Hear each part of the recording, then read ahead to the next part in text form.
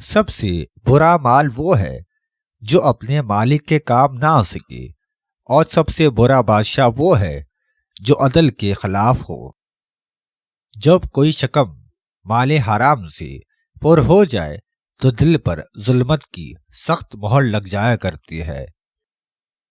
اللہ تعالیٰ نے مال و دنیا اپنے دوستوں کو کچھ زیادہ نہیں دے دیا، اور نہ دشمنوں کو اس کے دینے سے کچھ بخل کیا ہے۔ 3 چیزیں آدمی کو لوگوں کے دلوں میں محبوب تر بنا دیتی ہیں: حسن اخلاق، نرمی طبع، تواضع۔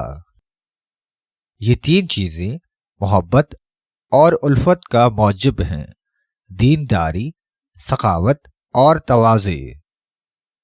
3 چیزیں ایسی ہیں جس سے انسان کو انس حاصل ہوتا ہے: موافق مزاج بیوی، نیک اولاد اور موافق دوا بھائی۔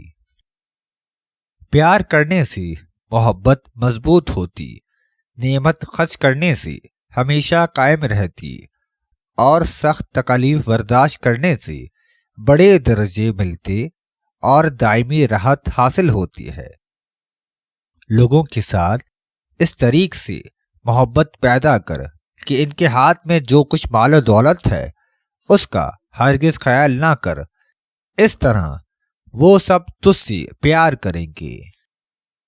محبت جس طرح سخاوت سے، نرمی، حسن خلق سے پیدا ہوتی ہے، ایسی اور کسی چیز سے پیدا نہیں ہوتی۔ محبت چاہیے تو نرمی، حسن خلق کا سہارا لے۔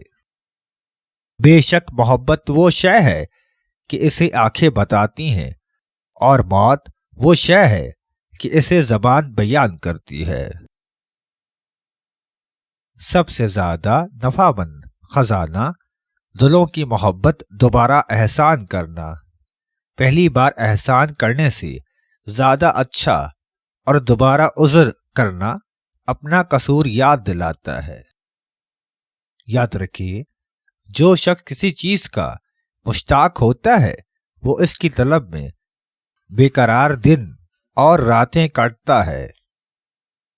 سچی محبت کی شرط یہ ہے کہ آدمی فضول تکلف کو بالائے طاق رکھے، اور خالص مصاحبت کی شرط یہ کہ آپس میں زیادہ خلاف رائے نہ ہو۔